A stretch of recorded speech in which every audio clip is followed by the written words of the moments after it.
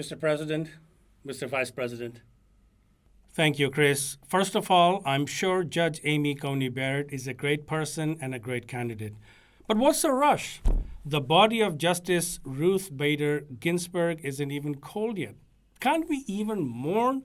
It's like, Mr. President, God forbid, if you were to contract COVID tomorrow and worse, you head for the heavenly abode. God have mercy on the heavens. Would you want the First Lady to come back from Arlington and immediately start singing freedom? By the way, Mr. President, I pray for your health and long life, despite the fact that you play Russian roulette by not wearing a mask and saying you're safe because you get tested regularly. That's like sleeping around without protection, saying you get regularly tested for HIV. Mr. President, please take precaution. Not even your fiercest critics want to see you sick, let alone die, for they want to see a continuation of constant entertainment you provide to not only the United States of America, but to the whole world. We want you to live and live for a long time, Mr. President, as you, because laughter is the best medicine. More so during these trying times of gloom and doom. Mr. President, you want to rush through the confirmation because you want the Supreme Court to finally decide on the outcome of the November election because A, Judge Barrett had worked for the Bush camp on the Bush v. Gore case in the year 2000, and B, you have already stated that you do not trust mail-in voting. An election where there is voting fraud is not a matter for the United States, but rather a matter for countries that the U.S. would like to invade. An election where the results are questioned is not a matter for the United States, but a matter for countries that the United States would like to impose travel bans on. An election where ballots are incorrectly filled out or those that have hanging or dimple chads should not be a matter for the United States, but rather a matter for countries which cannot afford to educate most of its people, and the few who it can become ripe candidates for H-1B work visas, who have helped shape Silicon Valley to be what it is today. By the way, that is the same H-1B visa that you, Mr. President, are trying to put a stop to, which your grandfather, Frederick Trump, would never have qualified for when he came from Germany. By the way, not Scandinavia, but Germany, to the United States at the age of 16 to dodge the German draft. And he did not have bone spurs. So what's the rush for the Supreme Court appointment? It's not that the position is going away. Oh, sorry, Judge Barrett, we found an internal candidate and the position was filled. It is a lifelong commitment. Till death do you part. It's like being forced into an arranged marriage. Supreme Court, meet Judge Barrett, meet the Supreme Court. You all wear Batman costumes, and I think you all will live happily ever after. And they will. Just look at Judge Amy Coney Barrett. She is just 48 years old. She is healthy, fit, a COVID survivor, is raising 7 kids. Mr. President, your own physician, Dr. Ronnie Jackson, said that if you maintained a better diet, you'd live for 200 years. So, during her lifetime tenure as a justice of the Supreme Court, the world will witness the arrival of 10 Halley's Comets. You saw Justice Ginsburg working out in the gym while Stephen Colbert was trying to keep up with her while interviewing her. Had it not been for the unfortunate cancer, she would be here right now slapping the wrists of everybody here for not wearing masks. Mr. President, Mr. Vice President, people of America, there needs to be an amendment to the Constitution to put term limits on Supreme Court judges. I understand the rationale that life-term judges remain uninfluenced by partisan governments.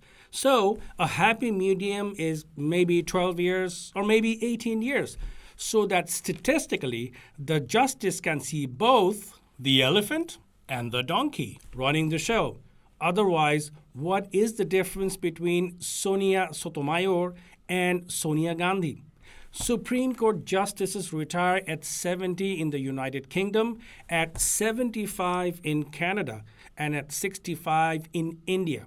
So, if Chief Justice John Roberts were outsourced to Bangalore, today we'd be holding his retirement party over Zoom. Think of it from a personal point of view also. Once you put that robe around that person, you are sentencing that person to working for the rest of his or her life. Poor Justice Ruth Bader Ginsburg worked till the age of 87. How cruel is that? We all work and look forward to not working one day. They can't. They know that their retirement party is a funeral. Congratulations, you are now a Justice of the Supreme Court. Your 401k will not mature till you are 6 feet under. Just because we won't see them retired doesn't mean they won't get tired. Can you imagine doing the same job for 40 years? I gotta take a siesta. Okay, guilty. Sure, 8 associate justices of the Supreme Court can look forward to the one and only promotion available, becoming a Chief Justice, unless there is another push for a lateral entry.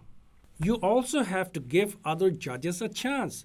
How many of you have wished your boss would die so that you would get a promotion? Judges are human beings also. God knows how many district judges are sitting inside their chambers and wishing, and worse, conspiring, that one of the Supreme Court judges would get into something that looks like an accident. Maybe one of the district judges right now is sitting in his chamber and doing voodoo on Justice Brett Kavanaugh. Once you put that Batman cloak on, you got them. Mr. President, it is a lifelong commitment. Can you imagine rushing into being committed to one wife for the rest of your life? Of course, Article 3 of the Constitution states that judges shall hold their offices during good behavior, which technically means they can be removed for bad behavior. Yeah, right. Like you're going to see one of the Fab Nine in a Batman cape doing the Macarena while drunk. Also, a Supreme Court justice is not like a Dodge Durango who can be recalled even if his or her ideology shifts. And that can shift. As people grow older, they turn left. You've seen that in Florida, senior citizens driving on the right side, and the next thing you know, they're on the other side of the median. I understand that the conservatives want the bench to lean further right by rushing through Judge Barrett's confirmation. But keep in mind, the office of the Justice of the Supreme Court is not an office you just grab after grabbing someone in the bus and the office of the Justice of the Supreme Court is not an office you can contend for after allegedly sexually assaulting an assistant. The bench of the Supreme Court demands the highest moral standards. Well, almost. Even after 29 years, it's still a he says, she says with Justice Clarence Thomas and Ms. Anita Hill. And yet, the Senate Judiciary Committee in 1991, chaired by a Senator, Joe Biden, confirmed Justice Thomas to the bench. When North Korea's Kim Jong-il died, the country immediately made his son, 29-year-old Kim Jong-un, not only its leader, but a 4-star general, which means he was commissioned as a second lieutenant when he was conceived. It is not America to rush through a successor. It is not American to give lifetime appointments, sentences maybe, but not lifetime appointments. That's like degrading the justice to the likes of Xi Jinping and Kim Jong-un. So in summary, think before you ink. No rush to push through a justice now, as you did in 1991.